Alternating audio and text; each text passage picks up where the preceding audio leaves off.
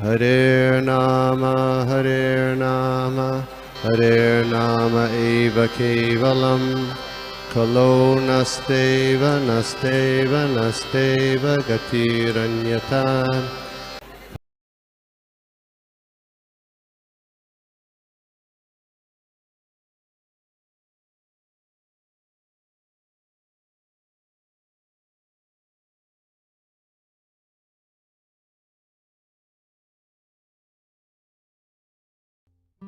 Yeah, Hare Krishna. So we will start with the prayers. Hare Krishna.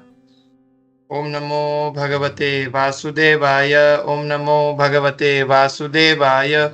Om Namo Bhagavate Vasudevaya. Narayanam Namaskrityam Naram Chaiva Narottamam Devim Saraswatim Vyasam Tato Jayam Mudirayet Nashtaprayeshu Abhadreshu Nityam Bhagavata Sevaya Bhagwati उत्तम श्लोके भक्तिर्भवती नैष्ठुकी नमो विष्णुपादाय कृष्णप्रेष्ठाय भूतले श्रीमते भक्ति वेदांत स्वामिनिति नामिने नमस्ते सारस्वते देवी गौरवाणी प्रचारिणे निर्विशेष शून्यवादी पाश्चात्य देशतारिणे जय श्री कृष्ण चैतन्य प्रभु नित्यानंद श्री अद्वैत गदाधर श्रीवासादि गौर भक्त वृंद हरे कृष्णा कृष्ण कृष्णा हरे हरे हरे राम राम राम हरे हरे। हरे कृष्ण महामंत्र की जय। श्रील प्रभुपाद की जय। हरे कृष्णा। सो आज हम पढ़ रहे हैं तीसरा स्कंद 11वां अध्याय श्लोक क्रमांक 17, 18, 19 और 20। आज हम 4 श्लोक कवर करेंगे। Hare Krishna. So we will start with the shloka and अनुवाद जो प्रभुपाद जी ने लिखा है। Hare Krishna. So I will just hear yes. So ये श्लोक क्रमांक 17 है।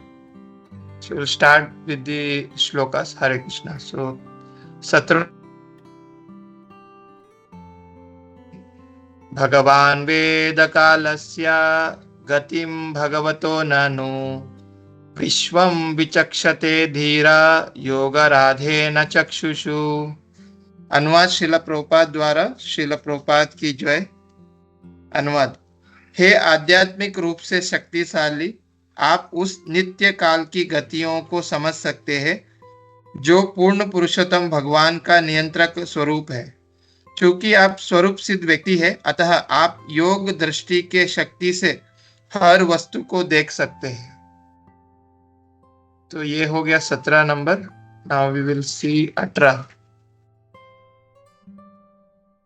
मैत्रेय उवाच कृतं त्रेता द्वापरं च कलिश्चेति चतुर्युगं दिव्यैर्द्वादशाभिर्वर्षै सावधानम निरूपितम। अनुवाद श्रील प्रभुपाद द्वारा। मैत्रेय ने कहा, हे विदुर, चारों युग सत्य, त्रेता, द्वापर तथा कलयुग कहलाते हैं। इन सबों के कुल वर्ष का योग देवताओं के 12,000 वर्ष के बराबर है। श्लोक क्रमांक 19।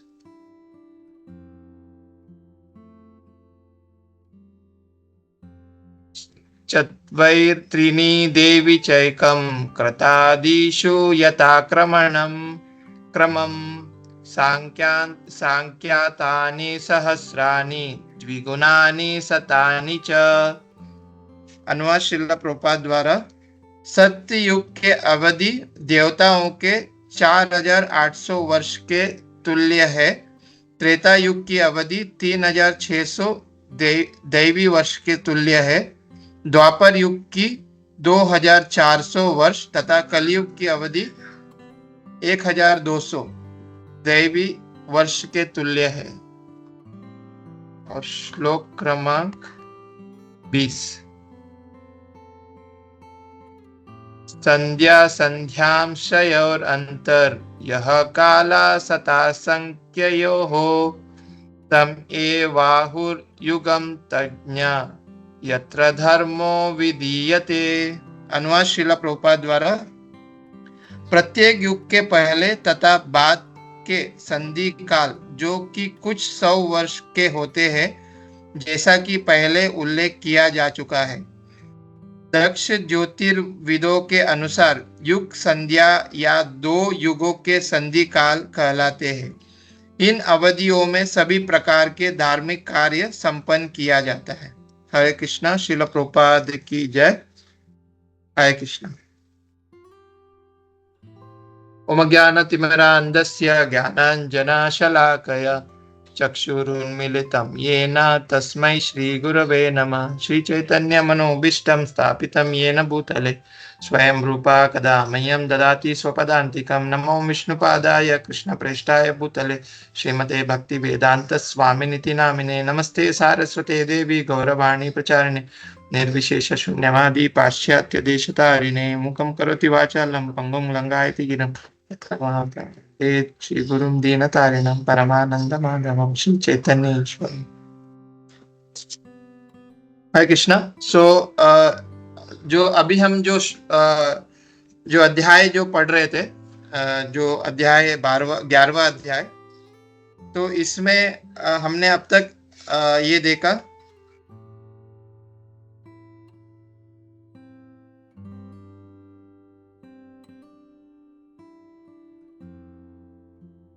तो हम अभी तक ये देख रहे थे कि परमाणु से काल की गणना, जैसे कि कल हिज ग्रेस परमेश्वर प्रभु जी ने बहुत अच्छे से हमें इसके जो पिछले जो श्लोक है उसके बारे में उन्होंने बहुत अच्छे से हमको समझाया। तो हमने कल देखा था कि जब विदुर जी जो थे उन्होंने फिर मैत्रेय मुनि से आगे और सुनने की इच्छा की, तो उसमें विदुर जी ने ये कहा था कि मैं पितृलोक, स्वर्गलोक तथा मनुष्य लोक के निवासियों की आयु को समझ पाया हूँ। कृपया अब मुझे उन महान विद्वान जीवों की जीवन अवधि के विषय में बताइए जो कल्प के परिधि के परे है। तो अभी जो विदुर जी है, विदुर जी जो है मैत्रेय मुनि से आगे जो कल्प है, उसके कल्प के जो युग है उसके बारे में वो पूछ रहे हैं मैत्रेय मुनि से। तो उसके पहले वो क्या करते हैं, जो 17 जो नंबर श्लोक है वहां पे मैत्रेय मुनि विदुर जी क्या कर रहे हैं, मैत्रेय मुनि की प्रशंसा कर रहे हैं। तो यहाँ पे ये जो श्लोक है 17 जो नंबर श्लोक है उसमें जो विदुर जी जो है मैत्रेय मुनि को भक्ति द्वारा जो प्राप्त जो गुण है उसके बारे में बता रहे हैं यहाँ पे। तो बेसिकली देखेंगे ये जो 17वां जो नंबर श्लोक है, जैसे कि हमने पहले भी एक टॉपिक कवर किया था कि जब हमारी भक्ति में जब प्रगति करने का जो मूल जो 3 जो लक्षण है, एक संबंध, अभिधेय और प्रयोजन, मतलब जो भगवान के साथ जो हमारा संबंध है उसको जोड़ने के लिए जो अभिधेय जो कार्य लगता है, फिर उसके बाद जो प्रयोजन, उससे हमें क्या फल प्राप्त होता है। तो बेसिकली ये जो 17वां नंबर जो श्लोक है ये प्रयोजन, मतलब प्रयोजन के ऊपर निर्भर है। तो इस श्लोक में ये बताया जा रहा है कि सुखदेव गोस्वामी जी हमें ये बताते हैं कि जो मैत्रेय मुनि जो इतने बड़े भक्त थे भगवान के, तो उनके उदाहरण से हमें ये समझाना चाह रहे हैं सुखदेव गोस्वामी जी की जब हम भक्ति करते हैं उससे हमें क्या प्रेरणा मिलती है, हम क्या कैसे सक्षम होते हैं, तो उसके बारे में बताया जा रहा है यहाँ पे। तो तात्पर्य में प्रभुपाद जी बहुत अच्छे से इसका वर्णन करते हैं कि जो भगवान की जो कृपा है, जैसे अभी मैत्रेय मुनि को भगवान की कृपा प्राप्त हुआ है, तो उसी तरह से जो भगवान की कृपा है उससे हमें 4 प्रकार की क्षमता व्यक्ति को प्राप्त होता है। तो वो 4 प्रकार की जो क्षमता है वो प्रभुपाद जी यहाँ पे हमें बता रहे हैं।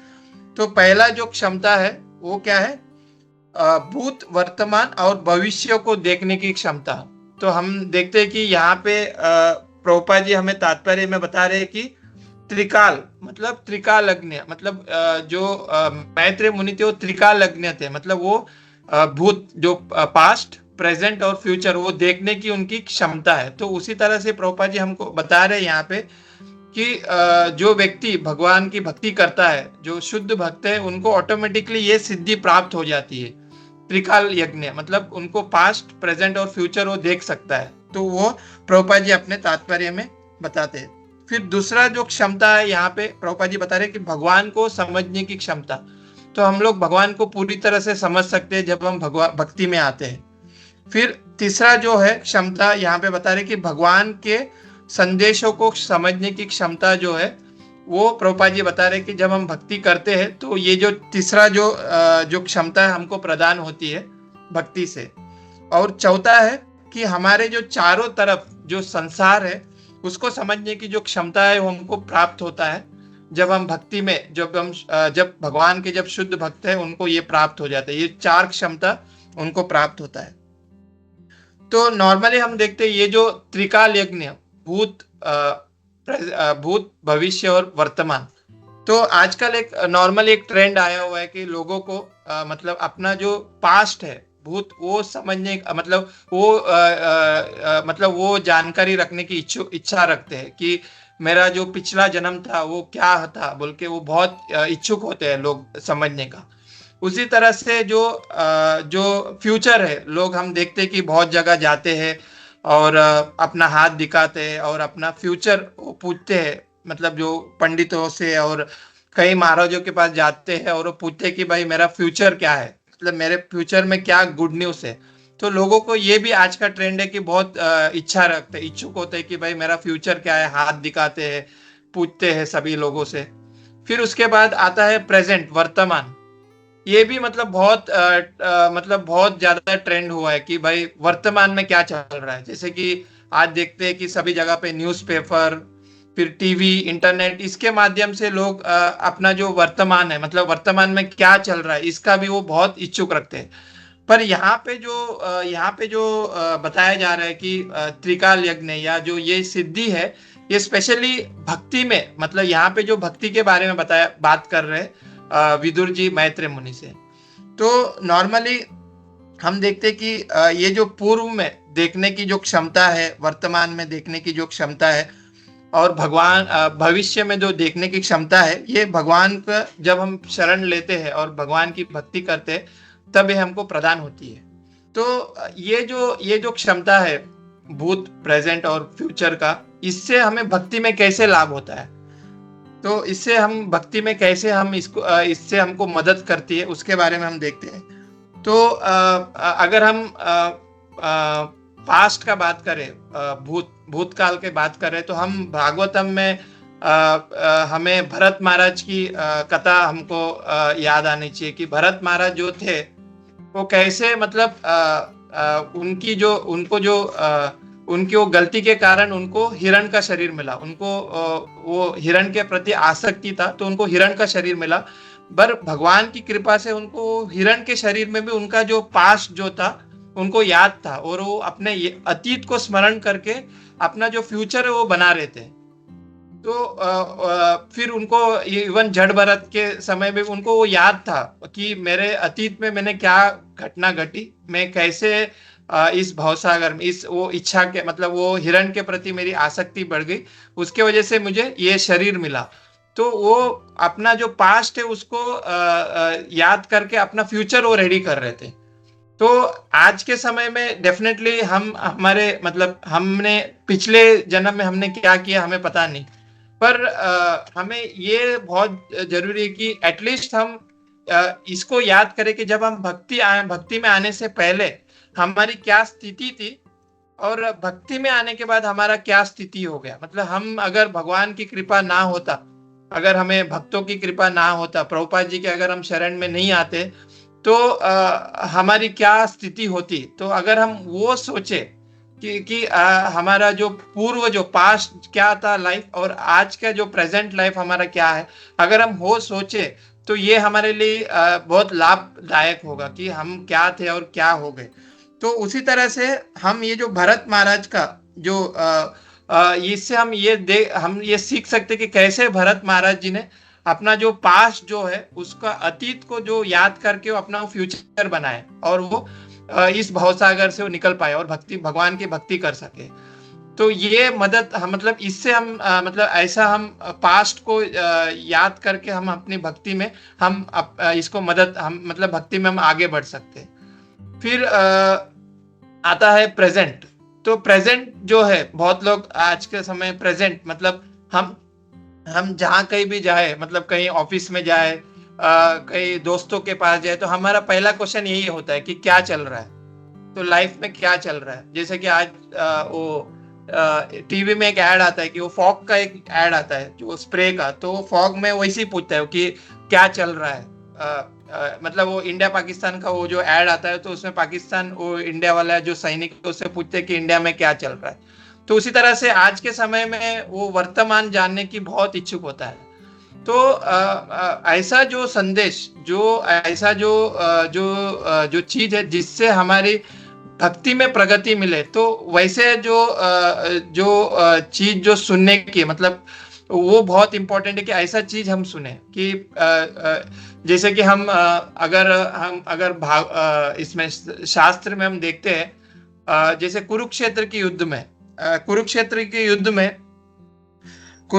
के जो युद्ध था उसमें हम देखते हैं कि कैसे जो संजय जो उनको वो विजन प्राप्त हुआ था कि कुरुक्षेत्र के युद्ध में जो कुछ चल रहा था वो देख पा रहे थे प्रेजेंट में। पर वो सिर्फ देख ही नहीं रहे थे कि साथ ही साथ वो क्या कर रहे थे, जो धृतराष्ट्र है उनकी जो चेतना उसको भी वो चेंज कर रहे थे कि धृतराष्ट्र को क्या लग रहा था कि भाई मैं ये जो कुरुक्षेत्र के युद्ध में मेरे जो पुत्र है उनका ही विजय होगा और ये वो लोग वो युद्ध जीत जाएंगे। तो उनकी जो चेतना था, उनका जो समझ था, उनको जो लग रहा था कि भाई हम ही जीतेंगे, तो वो जो चेतना है उसको वो चेंज भी कर रहे थे। अपने जो उसको भी वो चेंज कर रहे थे संजय। तो इसी तरह से हम देख सकते कि हमारा जो प्रेजेंट है उसमें हमको यही हमको जानने की इच्छुक होना चाहिए कि जो चीज से हमें भक्ति में हम प्रगति कर सके वही चीज को बार बार सुनना चाहिए। और हमें दूसरों का मदद भी उसी तरह से करना चाहिए कि भाई हमें वही चीजों के बारे में हमको बताना है, भक्ति के बारे में बताना है। तो ये हो गया प्रेजेंट। फिर उसके बाद होते हैं फ्यूचर। तो आज के समय में ये भी बहुत बड़ा ट्रेंड है कि भाई फ्यूचर में क्या चल रहा है, वो भी बहुत लोग फ्यूचर में क्या होगा ये सब जानने की इच्छुक रखते हैं। तो भागवतम में भी ऐसे बहुत सारे जो लीला है, जैसे कि हम देखते हैं कि व्यास देव जी जो थे, उनको कलयुग के प्रारंभ में उनको पता चल गया था कि कलयुग में क्या होने वाला है, क्या घटित होने वाला है। So he can see that futures कि भाई कलयुग जब आरंभ होगा तो कैसे सब जगह पे परेशानी होगी, सब जगह पे प्रॉब्लम खड़ा होगा। तो उन्होंने क्या किया, ये जो सारे जो वेद थे उसको उन्होंने एक साथ लिखित रूप में रचना किया। तो उनको पता था कि फ्यूचर में क्या होने वाला है। तो उसी तरह से जैसे नारद मुनि का भी एग्जाम्पल आता है कि कैसे उन्होंने जो माता कयादु है उनके गर्भ में उन्होंने पहले से देख लिया था कि उनके गर्भ में जो संतान है, जैसे प्रहलाद महाराज जी, तो कितने बड़े भक्त बनेंगे बोल के। तो वो ही कैन सी दैट विजन। तो हमें इस तरह से हमारा विजन होना चाहिए कि ताकि हम भक्ति में उसको इम्प्रूवमेंट, हमारी जो भक्ति में वो प्रगति कर सके, हम भक्ति में ऐसा प्रगति कर सके, ऐसा हमें हमारा विजन होना चाहिए। तो ये जो चीजें हैं, तो आजकल जो पास्ट प्रेजेंट और फ्यूचर ये बहुत आजकल ट्रेंड है, तो उसको कैसे हम भक्ति में हम इसको हमारे लाइफ में हम इसको इस्तेमाल कर सकते हैं, तो वो बहुत इंपॉर्टेंट है। तो इस जो 17 जो नंबर श्लोक है इसमें यहाँ पे जो विदुर जी है मैत्रेय मुनि को प्रशंसा कर रहे हैं कि उनको भगवान की कृपा से और ये भक्ति की वजह से उनको क्या क्या क्षमता प्राप्त हुआ, वो त्रिकाल यज्ञ बन गए, मतलब उनको त्रिकालदर्शी थे वो। तो ऐसा वो विदुर जी मैत्रेय मुनि को बता रहे थे। उसके बाद जो मैत्रेय मुनि ने विदुर जी ने जो पूछा था कि जो युगों का जो कालावधि है उसके बारे में वो पूछे थे। तो इसके बाद जो 18 और 19 जो नंबर श्लोक है उसमें मैत्रेय मुनि मैत्रेय वाचा मतलब मैत्रेय मुनि यहाँ पे युगों के बारे में बता रहे कि ये जो 4 युग है, सत्य युग, त्रेता युग, द्वापर युग और कलयुग, इसकी अवधि के बारे में। और उसी तरह से वो जो अवधि है, ये जो ह्यूमन जो मनुष्य जो है उनकी अवधि क्या है उस युगों में, तो उसके बारे में प्रभुपाद जी हमें बता रहे हैं। तो मैंने सिर्फ एक चार्ट बनाया हुआ है जिसमें हम मतलब एक ही साथ हम ये देख पाएंगे कि ये जो 4 युग है वो प्रभुपाद जी हमें ये जो 2 जो तात्पर्य है उसमें समझा रहे हैं हमें।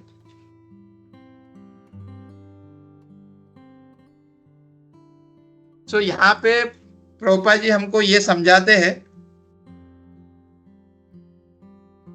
कि तात्पर्य में बता रहे कि जो देवताओं का जो वर्ष है मनुष्य के 360 मतलब 360 वर्षों के बराबर होता है। तो यहाँ पे हम देखते हैं कि पहला जो लाइन है 1 year of the demigod are equal to 360 years of human kind, मतलब जो देवताओं का जो एक साल है वो इक्वल टू 360 वर्ष किसका है? मनुष्यों का है।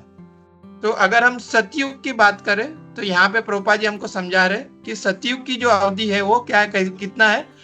4800 वर्ष देवताओं का। तो उसी तरह से मनुष्य का कितना हो गया? 4800 इंटू 360 ईयर्स। तो मनुष्य का हो गया, सतयुग के जो अवधि है वो मनुष्य का कितना वर्ष है? 17,28,000 वर्ष हो गए। तो उसी तरह से जो त्रेता युग है उसमें देवताओं का 3600 वर्ष की अवधि है त्रेता युग। तो वो 3600 मल्टीप्लाई बाय 360, तो जो मनुष्य का जो वर्ष है वो कितना हो गया? 12,96,000। तो उसी तरह से जो द्वापर युग है उसमें जो देवताओं का जो वर्ष है वो कितना है? 2400 वर्ष। तो मल्टीप्लाई बाय 360, तो मनुष्य का 8,64,000 वर्ष हुआ।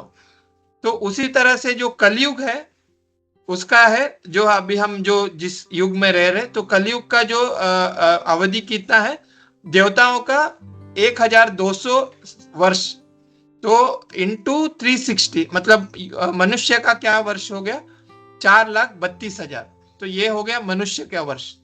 तो ये जो सतयुग, त्रेता, द्वापर और कलयुग, तो ये चारों मिला के होता है एक चतुर्युग। तो एक चतुर्युग मतलब देवताओं का कितना वर्ष हो गया? 12,000 वर्ष। तो अगर उसको हम लोग मल्टीप्लाई बाय 360 करते हैं तो मनुष्य का कितना वर्ष हो गया? 43,20,000 मनुष्य का वर्ष है। तो ये चारों युग का मिला के एक चतुर्युग बनता है। तो अगर हम ब्रह्मा जी का अगर दिन कैलकुलेट करते हैं तो ब्रह्मा जी का जो एक दिन है वो मतलब एक कल्प है, उसको एक कल्प भी कहते हैं। तो एक कल्प मतलब क्या हो गया? ये जो एक चतुर्युग है जिसमें सतयुग, त्रेता युग, द्वापर युग और कलयुग है, तो एक चारों मिला के जो एक चतुर्युग, उसको अगर 1000 टाइम अगर हम करते हैं तो वो ब्रह्मा जी का एक दिन हो गया। तो उसी तरह से अगर मनुष्य का अगर हम ईयर गिनेंगे तो इट्स अराउंड लाइक 4,320,000 हो जाता है मनुष्य का जो वर्ष हो गया। तो उसी तरह से ब्रह्मा जी का रात का एक मतलब जैसा एक दिन हो गया, तो उसी तरह से एक रात, तो उसका मतलब हो गया 2 कल्प हो गया। तो 2 कल्प मतलब डे एंड नाइट। तो उसका अगर हम टोटल करते हैं तो मनुष्य का जो अवधि हो जाता है वो 8,640,000 ह्यूमन ईयर्स। तो ये हो गया ब्रह्मा जी का एक दिन, मतलब मनुष्य का हो गया 8,640,000 ईयर्स। तो उसी तरह से जो ब्रह्मा का जो 361 ईयर, ब्रह्मा जी का जो एक साल मतलब अराउंड ह्यूमन जो मनुष्य है उनका कितना ईयर हो जाएगा? Around 3,110,400,000 years. तो ये जो युगों के जो गणना है प्रभुपाद जी ने अपने तात्पर्य में हमको वर्णन किया हुआ है।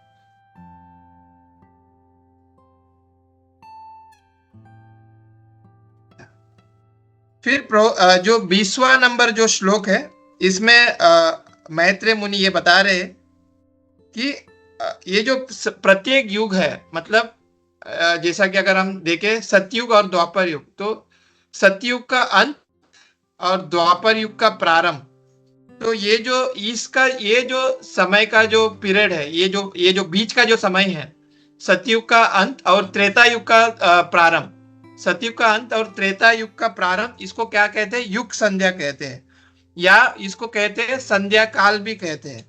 तो ये जो 20वां नंबर जो श्लोक है, इसमें हम देखते हैं कि संध्या काल मतलब हम जो संध्या काल जो हर दिन महसूस करते हैं, इट्स फ्रॉम 6 मतलब 6 बजे का समय है। 6 बजे से 7 बजे का जो बीच का जो समय है, जो हम हर दिन देख रहे हैं, जो सूर्यास्त का जो समय होता है, संध्या काल इसको कहते हैं।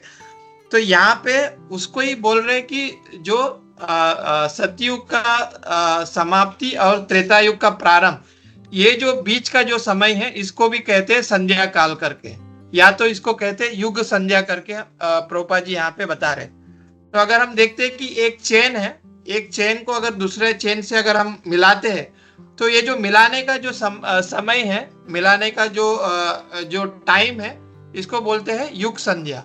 और इसका पीरियड कितना है, तो यहाँ पे बता रहे कि कुछ 100 वर्ष इसका जो पीरियड है।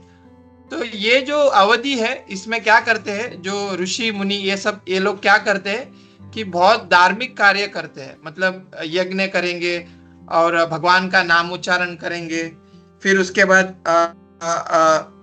अलग अलग धार्मिक कार्य करते हैं। तो ये क्यों करते हैं, क्योंकि जब दूसरा युग आएगा, जैसा कि सतयुग समाप्त हो गया और जब त्रेता युग का प्रारंभ होगा, तो त्रेता युग में जो भी कोई व्यक्ति आएंगे, तो उनको कोई प्रॉब्लम्स ना हो, मतलब सब जगह मतलब कुछ कमियां ना हो, और सब जगह लोग खुश रहे, उसके लिए ये जो बीच का जो समय है, इसमें क्या करते हैं, धार्मिक कार्य करने का धार्मिक कार्य करते हैं, मतलब भगवान का नाम का उच्चारण करेंगे और ऐसे यज्ञ वगैरह तपस्या वगैरह करेंगे, ताकि जो अगला जो युग जो आने वाला है, उसमें लोग शांति से अपना लाइफ जी सके अगले युग में। तो हम देखते हैं कि ये जो संध्या काल है, ये बहुत इंपॉर्टेंट समय है। जैसे कि जब हम इस्कॉन में आए, मतलब भक्ति में आने से पहले मुझे पता नहीं था, बट जब हम इस्कॉन में आए, उसके बाद हमें ये बताया गया कि ये जो संध्या काल है, इसमें सिर्फ और सिर्फ हमें मतलब ये जो समय है, इसमें हम ज्यादा से ज्यादा भगवान का नाम लेना चाहिए और हमें जप करना चाहिए। जैसे कि हम घर पे भी देखते हैं, जब वो संध्या का समय होता है, 6 से 7 के बीच में जब टाइम होता है, तो हम देखते हैं कि हम घर को साफ सफाई करते हैं, भगवान को दिया लगाते हैं। नॉर्मली हम टेम्पल में भी देखते हैं कि वो संध्या आरती करते हैं। तो ये जो समय है, इसमें हमें बहुत मतलब बहुत इंपॉर्टेंट है कि हम भगवान का नाम स्मरण और भगवान के बारे में सोचे और भगवान की कथा सुनना चाहिए। बट कलयुग में क्या हो गया कि हम ये कलयुग के प्रभाव से हम देखते हैं कि नॉर्मली लोग शाम के समय में उस टाइम पीरियड में सो जाते हैं, या ऐसा कुछ कार्य करते हैं जो मतलब गलत कार्य वगैरह करते हैं। तो बताया जाता है कि ये जो उस समय अगर हम कुछ भी ऐसा कार्य करते हैं जिसमें हमको दुष्परिणाम ही मिलता है, हम भक्ति में कभी आगे नहीं बढ़ सकते, या मतलब हमारी लाइफ में कुछ ना कुछ गलत ही घटित होगा अगर हम उस समय में कुछ अगर गलत काम करते। तो यहाँ पे इस श्लोक से हमें ये सीखने मिलता है कि किस तरह से यहाँ पे मैत्रेय मुनि बता रहे हैं कि हमें जो ये जो संध्या का समय है, इसमें हमें ज्यादा से ज्यादा धार्मिक कार्य करना चाहिए। और हम भागवतम में भी ये देखते हैं कि कैसे जब माता दिति ने जब कश्यप मुनि को मतलब वो एक लीला थी कि कैसे मतलब उनको संभोग करने की इच्छा हुई। तो जो कश्यप मुनि थे, उन्होंने उनको बताया कि ये संध्या का समय है, इसमें सिर्फ और सिर्फ धार्मिक कार्य करना चाहिए करके। बट माता दिति ने इतना उनको फोर्स किया कि ताकि वो मतलब इतना उनको फोर्स किया, तो उस समय का जो समय में उन्होंने जो वो कार्य किया, उससे किसकी जन्म हुई, हिरण्याक्ष और हिरण्यकशिपु का वहां पे उनको जन्म हुआ। मतलब उन्होंने मतलब हम देखते कि कितने बड़े असुर वहां पे जन्म मतलब वो जन्म लिए वहां पे, हिरण्याक्ष और हिरण्यकशिपु। तो इससे मतलब यहाँ पे मैत्रेय मुनि हमको यही समझा रहे कि वो जो समय है उसमें कितना इंपॉर्टेंट, मतलब वो सिर्फ और सिर्फ वो समय में हमें ज्यादा से ज्यादा हमें धार्मिक कार्य करना चाहिए। जैसे वो ये जो ऋषि मुनि एक युग समाप्त होने के बाद और दूसरा युग प्रारंभ होने के बीच में जो समय में वो धार्मिक कार्य करते, तो हमें भी अपने लाइफ में हमें भक्ति में यही कार्य हमको करना चाहिए। उस समय में ज्यादा से ज्यादा भगवान का स्मरण करना चाहिए। तो आज का जो 3 श्लोक है, 3 नहीं 4 श्लोक है, जिसमें एक तो विदुर जी जो है मैत्रेय मुनि की प्रशंसा कर रहे, उनकी गुणगान कर रहे। फिर मैत्रेय मुनि हमें युगों के बारे में, युगों का जो कैलकुलेशन है उसके बारे में समझा रहे। और फिर ये जो संध्या समय, एक युग की समाप्ति और दूसरे युग के प्रारंभ, वो जो युग संध्या जो बोलते हैं, वो जो संध्या में उस समय में ये सब मतलब धार्मिक कार्य किया जाता है करके हमको ये जो 4 श्लोक में समझाया जा रहा है। तो मैंने इतना ही प्रिपेयर किया है। मैं आज्ञा करूंगा कि जो हमारे जो स्पीकर्स है वो भी इसके इस श्लोक में कुछ ना कुछ एडिशन करे। तो मैं यहीं पे अपनी वाणी को विराम देता हूँ। हरे कृष्णा। श्रील प्रभुपाद की जय और सभी भक्त वृंद की जय। हरे कृष्णा।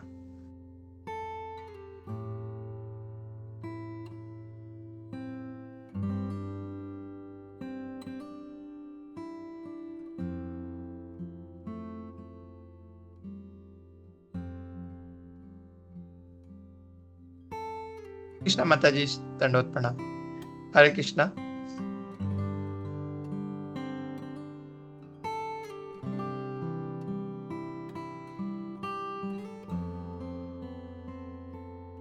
हरे कृष्णा प्रभु जी, दंडवत प्रणाम। थैंक यू फॉर क्लास प्रभु जी।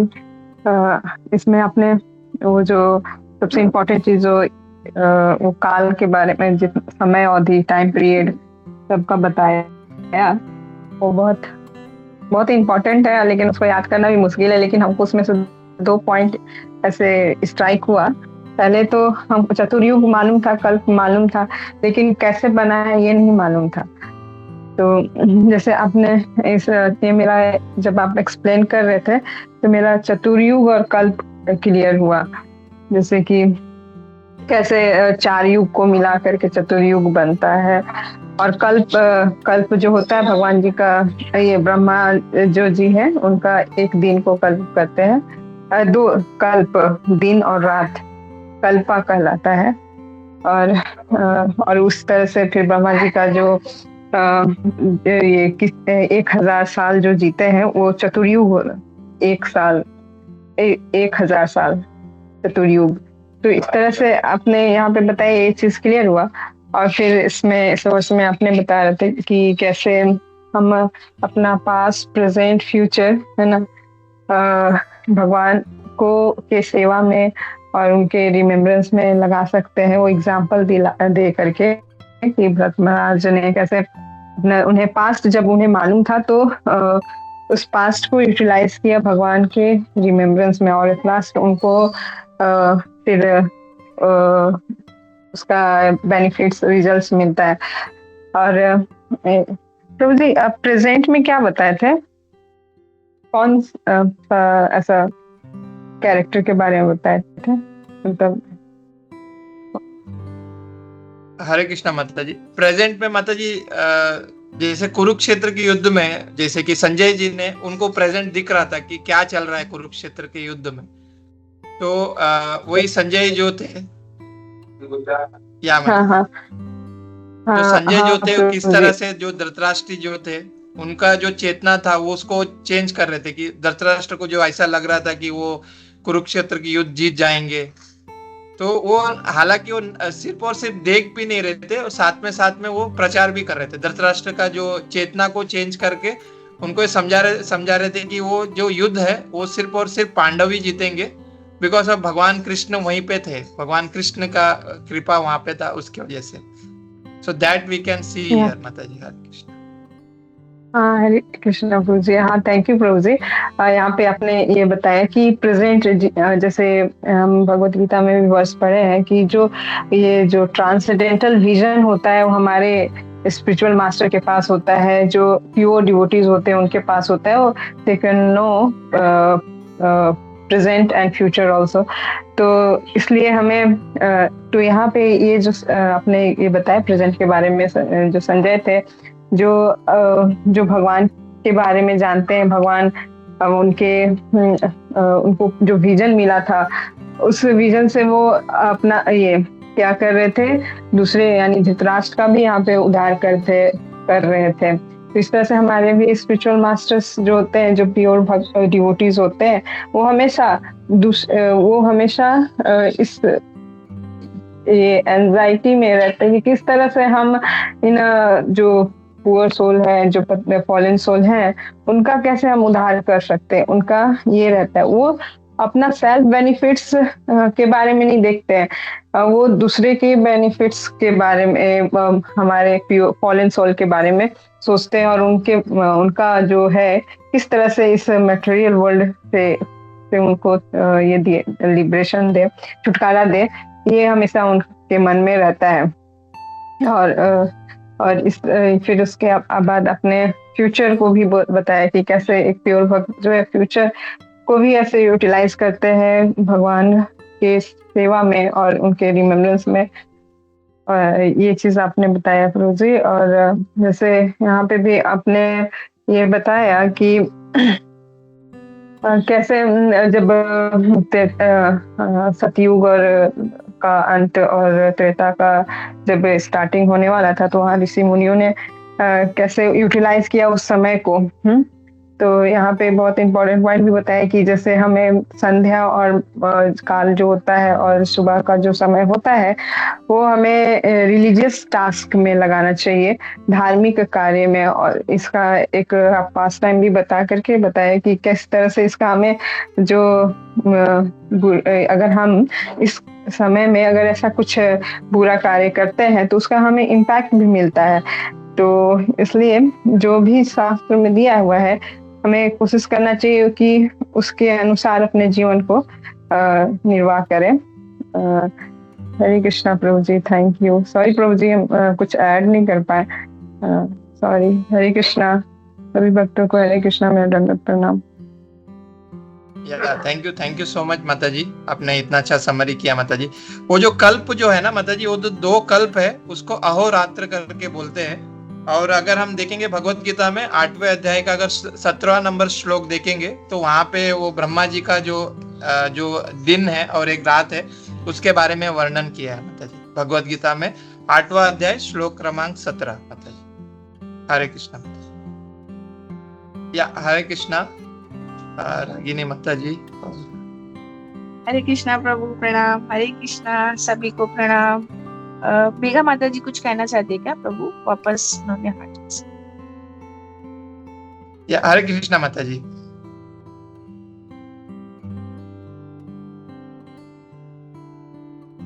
आई थिंक उनका हाथ उठ गया शायद। Yeah okay, Hare Krishna. Hare Krishna, thank you so much प्रभु, बहुत अच्छा क्लास था, आपने बहुत अच्छे से सब बताया। एक्चुअली मुझे ये पता नहीं था जो आपने अभी मैंने एक्चुअली उसका स्क्रीनशॉट लिया है जो अभी आपने प्रेजेंटेशन ये किया, तो उसमें एक मिनट।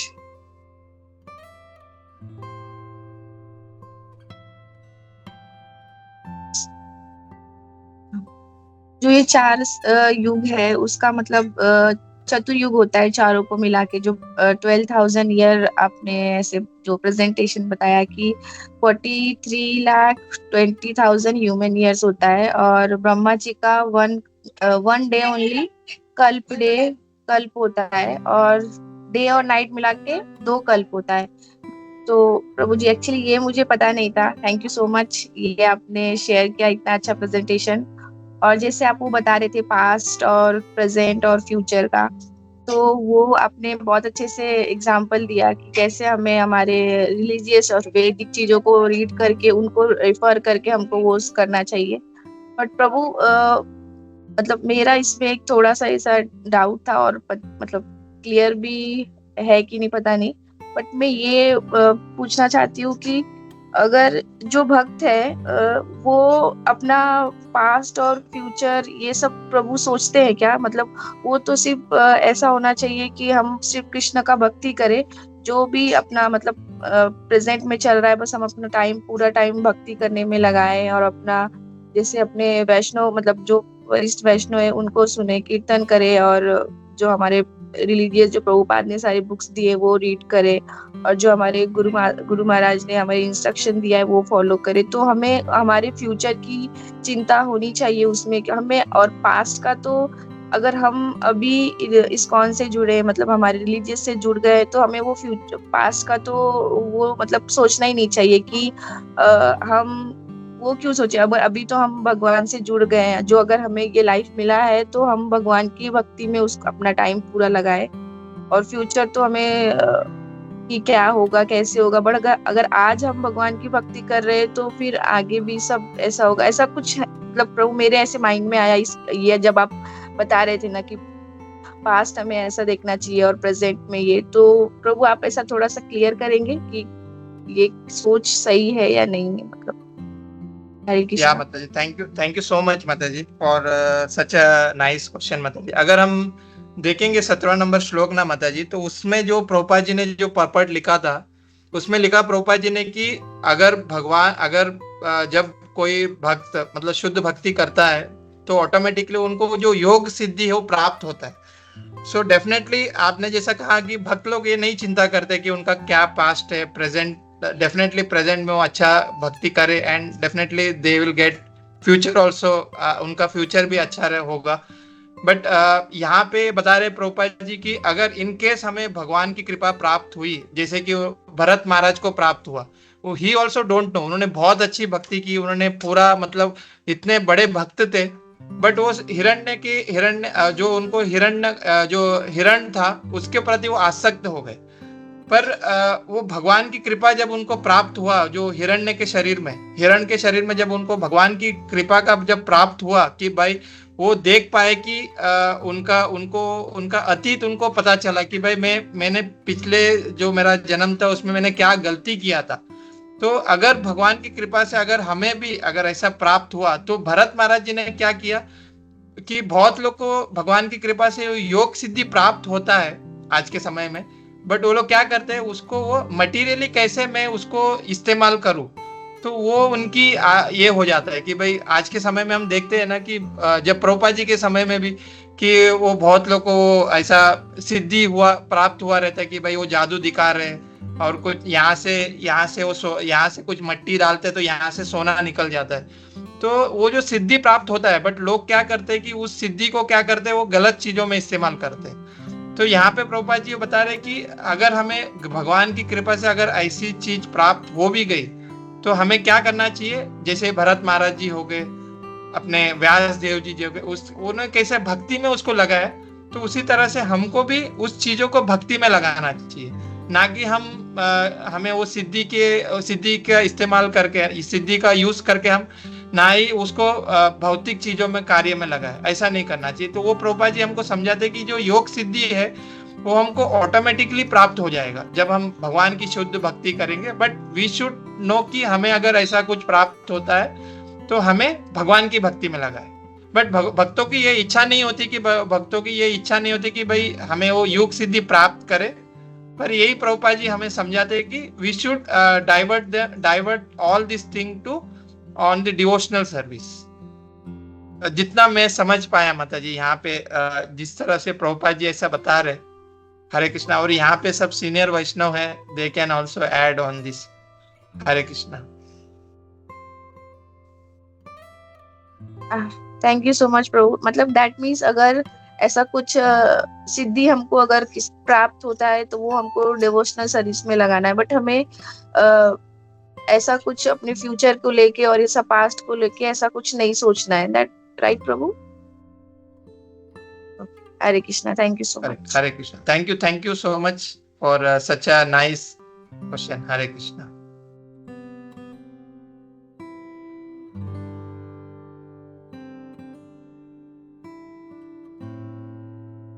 सनातन प्रभु, हरे कृष्णा प्रभु। या हरे कृष्णा प्रभु जी। प्रभु जी कितना बढ़िया क्लास था, वेरी नाइस प्रभु जी। और अपने सब जो पूरे परपट था उसको अच्छी तरह से अपने प्रभु जी एड्रेस किया था। आप जो बीच में बोल रहे थे ना प्रजल्प, मतलब ये जो लोग, आप जो प्रेजेंट की बात कर रहे थे कि लोग इधर उधर की बात करते हैं, तो मुझे एक्चुअली हमारा जो मतलब अपना जो दिनचर्या है ऑफिस में जाके शाम को घर पे आने का, तो उसमें हम लोग ऐसे लोगों से मिलते हैं, मतलब कंटिन्यूस मिलते हैं कि जिनके बातों में एब्सोल्युटली वैसे देखेगा तो कोई मीनिंग नहीं रहता, वो पूरा प्रजल्प करते रहते हैं और बहुत करते रहते हैं। ऐसा भी नहीं मतलब कुछ क्रिकेट के बारे में, फिर इसके बारे में, वो वैसा करना चाहिए था, वो ऐसा क्यों किया, ऑल दैट थिंग। वो इतना भी मतलब पहले मैं भी उसी में था प्रभु जी, वही लेवल पे था। जब इस्कॉन में आने के बाद मुझे पता चला कि ये टाइम कितना इम्पोर्टेंट है और हम लोग उसको कितना वेस्ट कर रहे हैं। और हम लोग को मतलब प्रभुपाद जी की किताब हम लोग जितना उन्होंने लिखा है उतना शायद हम लोग पूरे जन्म में पढ़ भी नहीं सकते। और हम लोग वो पढ़ना तो दूर की बात या चैंटिंग करना तो दूर की बात, हम लोग we have wasting time in absolutely unnecessary useless talks. तो वो आप जब बात कर रहे थे तो मेरे को वो चीज की हाईलाइट हो गई, मतलब हम लोग को कितना मतलब सतर्क रहना चाहिए कि हमारे पास जो इतना छोटा सा जो टाइम है, वो छोटे से टाइम को हम लोग कितने अच्छी तरह से यूटिलाइज करके वी इंश्योर कि बाबा at the end of our मतलब अंतकाल के हम लोग भगवान को भूल ना जाए। तो उसके लिए माइंड को अभी से ट्रेन करना है, उसके कंटिन्यू चैंटिंग करना है। तो वो ही मतलब याद आ गया प्रभु जी आप जब बात कर रहे थे। तो थैंक यू वेरी मच प्रभु जी, very nice class. Hare Krishna, दंड प्रणाम। Yeah thank you so much Sanatan Nitya प्रभु, थैंक यू प्रभु। आप जब ये बोल रहे थे प्रभु तो एक वो रोम ऋषि का प्रभु वो याद आता है प्रभु कि कैसे मतलब उनको वरदान मिला था कि भाई उनका एक जो बाल है, एक बाल जब गिरेगा तो उनका एक वो अवधि मतलब उनके शरीर पे कितना बाल है उतना जब बाल गिर जाएगा तो फिर वो उनकी मृत्यु होगी। तो मैं जो क्लास में सुन रहा था प्रभु कि वो जो एक बाल है वो एक चतुर्युग मतलब ये जो एक चतुर्युग जब समाप्त होता है तब जाके उनका वो एक बाल गिरता है। तो बता रहे थे कि ये जो रोम ऋषि है जब वो घटना घटी और उनको पूछा गया तो बोलते कि मेरा जो आयु है इतनी छोटी आयु है, फिर मैं ये छोटी आयु में मैं कितना भक्ति करूं, पहला वो उनको स्मरण था कि मैं कैसे भक्ति करूं। तो वो जो रोम ऋषि का मैं वो मतलब वो एक कथा सुन रहा था प्रभु, उसमें बता रहे थे कि वो एक बाल कब गिरता है, एक जब चतुर्युग जब फिनिश समाप्त होता है तब जाके वो एक बाल गिरता है उनका। तो हाउ मतलब वो ऐसा बोल रहे तो हमें कितना सीरियस होना चाहिए इस मतलब टाइम मतलब इतना समय के प्रति। थैंक यू सो मच सनातन निताय प्रभु। हरे कृष्णा प्रभु। हरे कृष्णा प्रभु जी, दंड प्रणाम।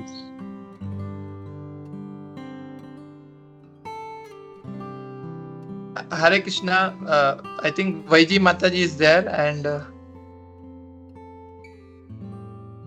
yeah, Vishwambar Prabhu, Kunsheshwari Mataji. Hare Krishna.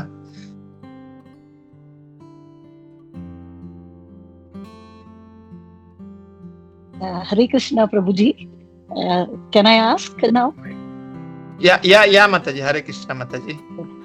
हरे कृष्णा प्रभु जी, एक्सेलेंट क्लास प्रभु जी। आपका जो चार्ट था, you know missed a few classes, so slowly trying to understand. आपका chart was really very well explained and अपने you know with each of the columns and all that बहुत अच्छा था प्रभु जी। सो स्लोली थोड़ा you know समझ में आ रहा है। थैंक यू फॉर दैट प्रभु जी। I had a question. वो ये युग संध्या के बारे में अपने वो संध्या काल you equated that to the संध्या काल हर दिन 6 to 7। so मेरा क्वेश्चन ये है कि जो युग संध्या होता है वो प्रीवियस युग के कैलकुलेशन में इंक्लूड हो जाता है या आने वाला यू नो नेक्स्ट युग के कैलकुलेशन में इंक्लूड होता है, और नहीं तो इसका कुछ ओवरलैप हो जाएगा प्रभु जी? I just wanted to understand that. Yeah Hare Krishna माता जी। या थैंक यू सो मच माता जी। मैंने माता जी जो लेक्चर सुना था अपने जो प्रभु जी जो है जो हमेशा हमें गोवा जो प्रभु जी है वो हमेशा आते हैं, तो बोल रहे थे कि जो जैसा कि अगर सतयुग और त्रेता युग के बात करें तो सतयुग के जो अंत का जो समय है उसका थोड़ा युग और त्रेता युग का जो प्रारंभ का जो समय है उसका थोड़ा युग, वो दोनों मिला के ये जो 100 वर्ष यहाँ पे जो लिख रहे हैं ना माता जी 20वां नंबर जो श्लोक है, तो वो पीरियड कैलकुलेट होता है। मतलब थोड़ा सतयुग के अंत का समय और त्रेता युग के शुरू का जो समय है, ये दोनों मिला के वो संध्या युग या संध्या काल हम बोल सकते हैं। वो ऐसा मैंने सुना है माता जी प्रभु जी से। I think I will share that lecture also if anybody want to. प्रभु जी ने बहुत अच्छा वो चार्ट बना के समझाया था हमें। आई will share that one. Sure, Prabhuji. Yeah, that will be very helpful. So, इसका equivalent English में twilight कह सकते हैं ना? Would that be the equivalent English term, Prabhuji? या माता जी। Okay. प्रभु जी ने वो चार्ट बनाया हुआ है माता जी।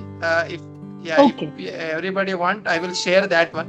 So it will be very easy to understand how this Sandhya Yuga is there, माता जी। Okay, Prabhuji. I had one more question. You were talking about this transcendental vision. So, जो devotees, as we progress, pure devotees को वो vision आ जाएगा जो, वो भूत, भविष्य and वर्तमान को देख सकते हैं. Prabhuji, English में possibly इसको ESP कह सकते हैं, extra sensory perception. कुछ लोगों में वो होता है, पर वो लोग devotees नहीं है. सो ये एक सिद्धि में आ जाता है, जैसे आपने बताया. मेरा क्वेश्चन ये है कि ये अष्ट सिद्धि में किस सिद्धि में ये आ जाएगा प्रभु जी? दिस एबिलिटी टू सी, इसका कोई ऐसा स्पेसिफिक है, दिस लाइक, बिकॉज अष्ट सिद्धिज है ना, उसमें किस सिद्धि में दिस एबिलिटी टू सी भविष्य, वर्तमान एंड भूतकाल को कह सकते हैं? हरे कृष्णा प्रभु जी. या माता जी, टू चेक माता जी, जैसे आपने अष्ट सिद्धि के बारे में बात किया ना माता जी, जिसमें वो मतलब वो छोटे से छोटे हो जाते हैं, बड़े से बड़े हो जाते हैं. Right. So I have to check माता जी कि कौन से सिद्धि जो त्रिकाल सिद्धि है.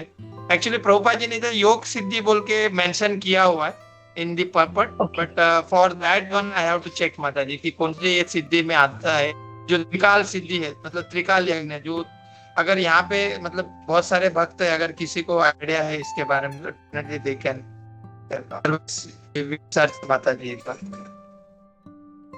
ओके प्रभु जी, थैंक यू वेरी मच प्रभु जी. दंडवत प्रणाम. हरे कृष्णा.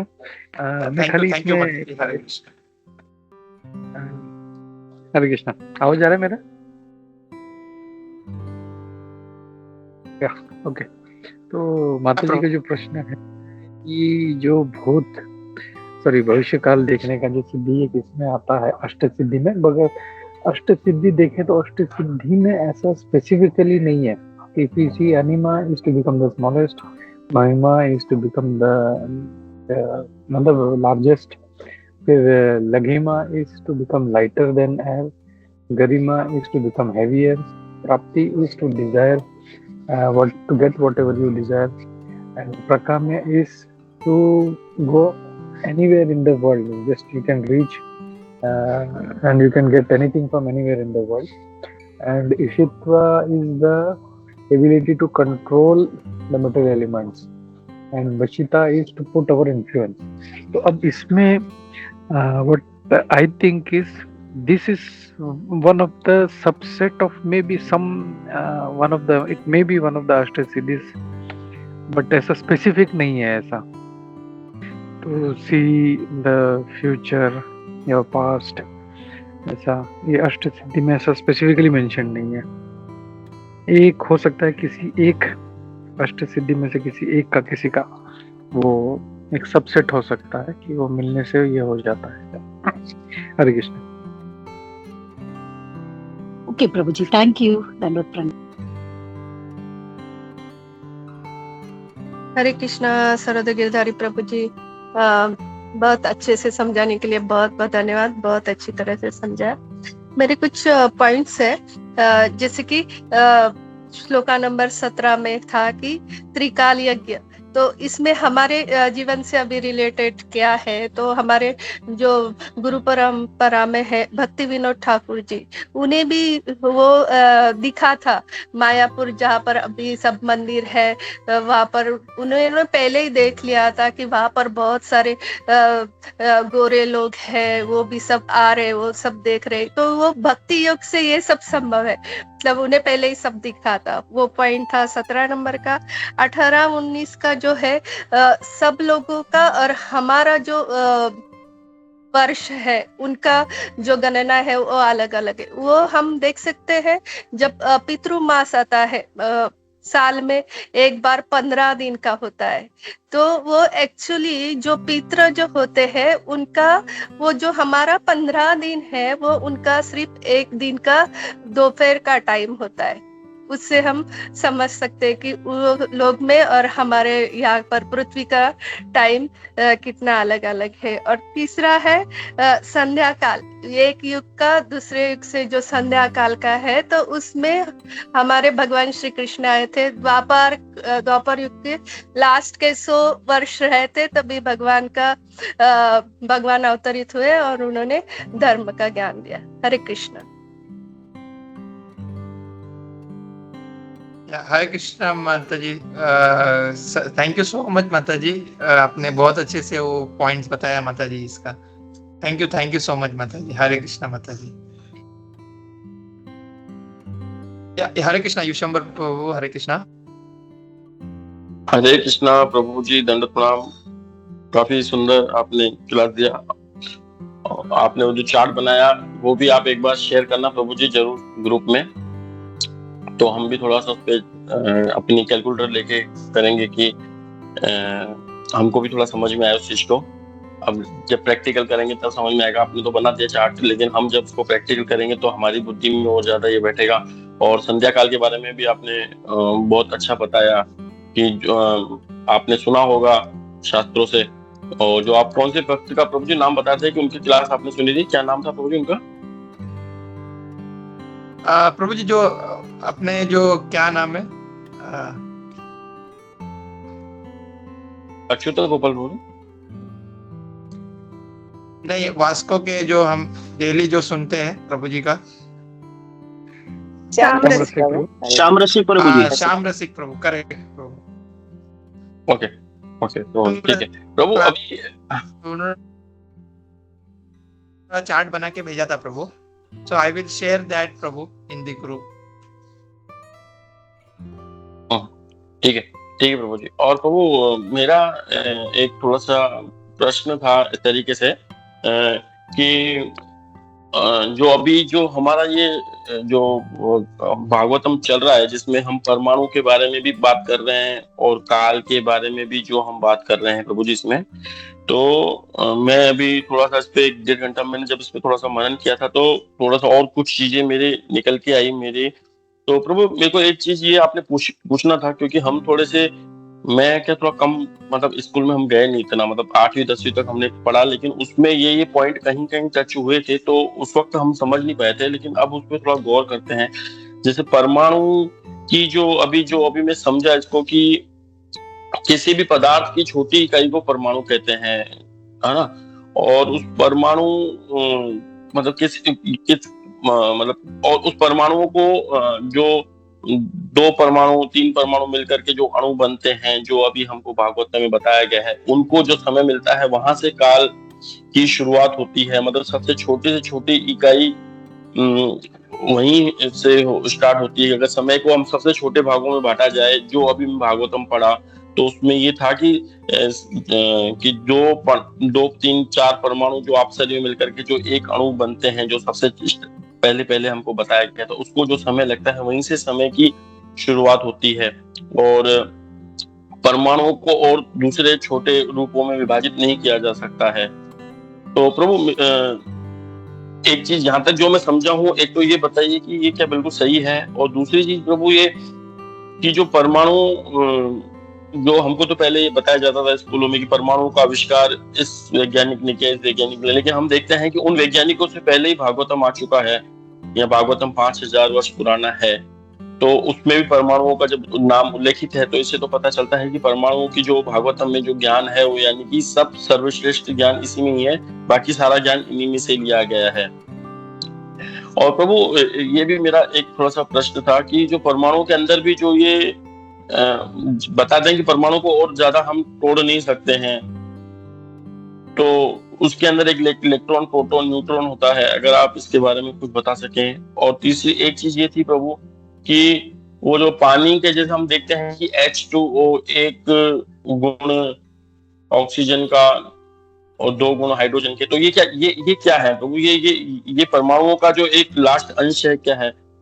थोड़ा सा अगर आप बताएं तो हम आगे जाकर के जो बड़े बड़े पढ़े लिखे लोग आते हैं उनके सामने थोड़ा सा अगर कभी कुछ करें तो हमको कुछ आते हैं, जब हम प्रचार करते हैं तो भौतिक सभ्यता के लोग काफी आते हैं, तो उनको भी थोड़ा लगना चाहिए कि हाँ इनको भी कुछ ऐसा आता है, केवल उनको ये नहीं लगना चाहिए कि ये भी आता है।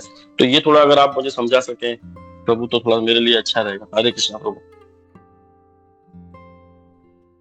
हरे कृष्णा प्रभु, धन्यवाद प्रणाम। प्रभु मैं तो इतना क्योंकि I don't have also this knowledge Prabhu, but जितना मतलब अभी आपने जैसा बोला ना प्रभु की जो अभी हम भागवतम पढ़ रहे तो समझ में आ रहा, तो अभी हमने जैसा प्रभु ये जो कुछ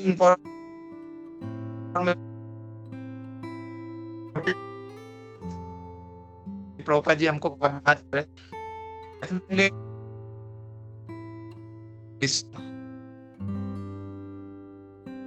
प्रभु आपका आवाज ब्रेक हो रहा है या मेरा इधर से नेट सही नहीं है, मैं सुन नहीं पा रहा हूँ बराबर।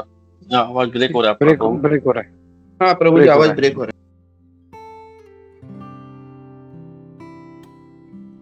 प्रभुपाद जी का अगर हम उसको देखे, या प्रभु आई थिंक यहाँ पे नेटवर्क का इशू है। अब अभी मेरा आवाज आ रहा है प्रभु? हाँ प्रभु जी अभी ठीक है पहले से।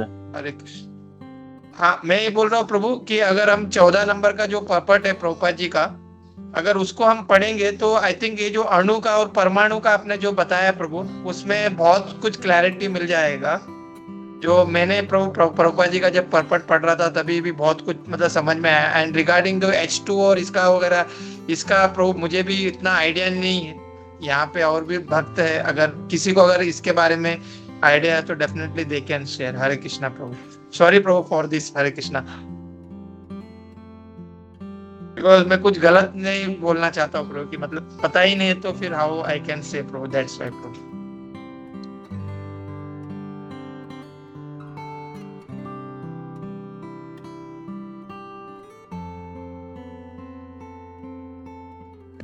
यस प्रभु, यस सनातन नित्य प्रभु। या हरे कृष्णा प्रभु जी।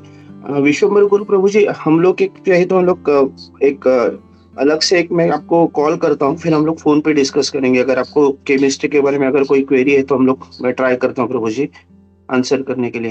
हरे कृष्णा। हाँ हाँ प्रभु जी बहुत अच्छा है, क्योंकि थोड़ा इंटरेस्टेड है ये टॉपिक, और अगर आगे जाकर के हमको थोड़ा सा इस पे चर्चा भी करनी है तो थोड़ा सा हमारा जब तक बुद्धि क्लियर नहीं होगी तो हम केवल इस पे केवल बोल के चल जाएंगे। और मेरे को थोड़ा सा भी इंटरेस्टेड हूँ मैं इस पे, लेकिन अगर कोई जैसे अभी शायद गोपी मनोहर प्रभु भी यहाँ पर कुछ शायद बताना चाह रहे हैं आई थिंक। हरे कृष्णा, आपको चाहिए तो प्रभु जी मैं आपको कॉल करता हूँ बाद में। हरे कृष्णा। हाँ हाँ हाँ प्रभु जी, हाँ हाँ बिल्कुल बिल्कुल प्रभु जी, thank you.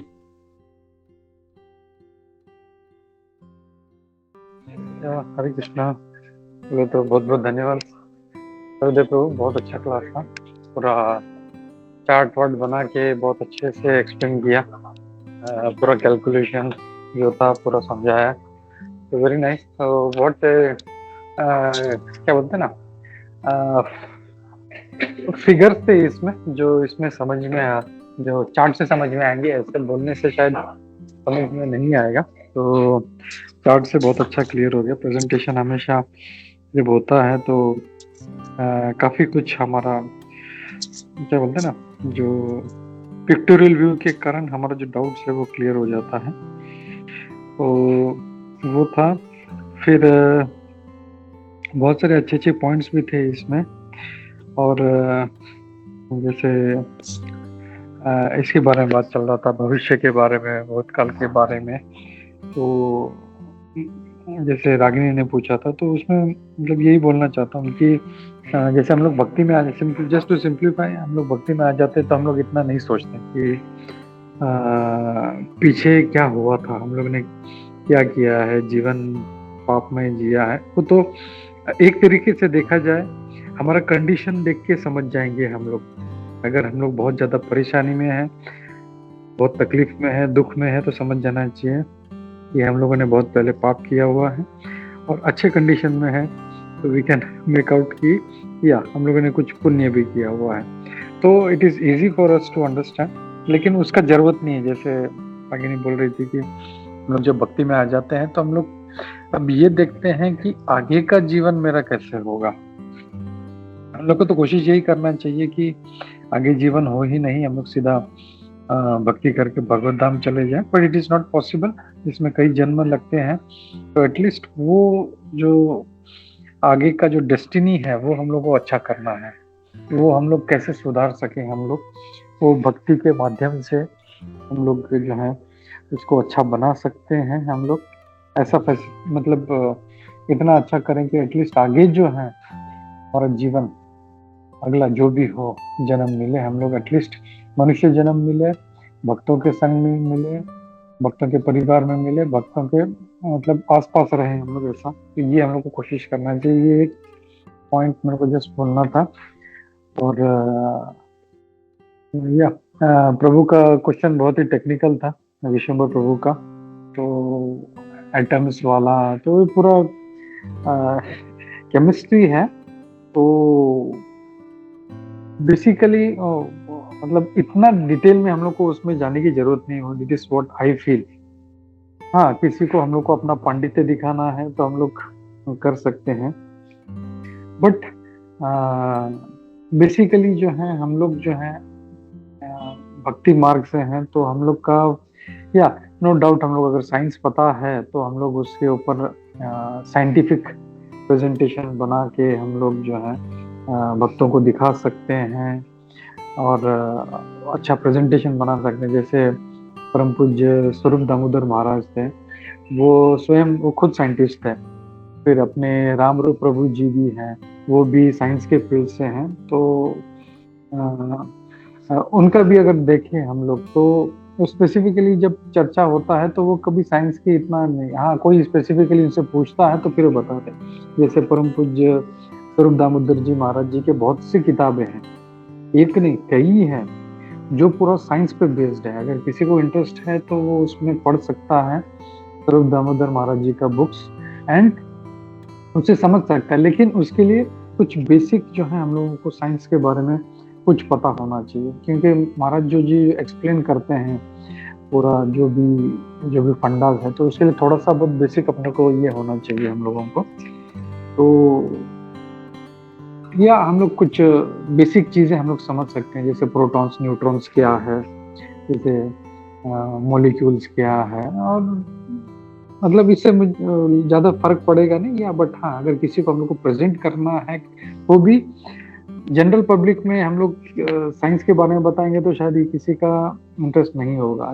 This we should do with a group of people जो साइंस के बेस्ड हैं। जैसे हम लोग किसी को साइंस स्टूडेंट्स को हम लोग को प्रचार करना है तो वहाँ पे हम लोग दिखा सकते हैं, या कोई साइंटिस्ट लोग हैं तो उनको हम लोग बता सकते हैं। बट जनरली जो है हम लोग देखें, जैसे रामरूप प्रभु जी का भी जो लेक्चर्स कैसा होता है, तो या बस यही मैं बोलना चाहता हूँ। हरे कृष्णा।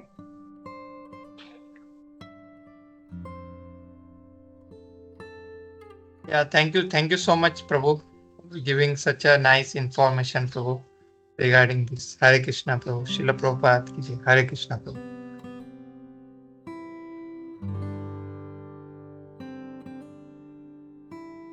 हरे कृष्णा।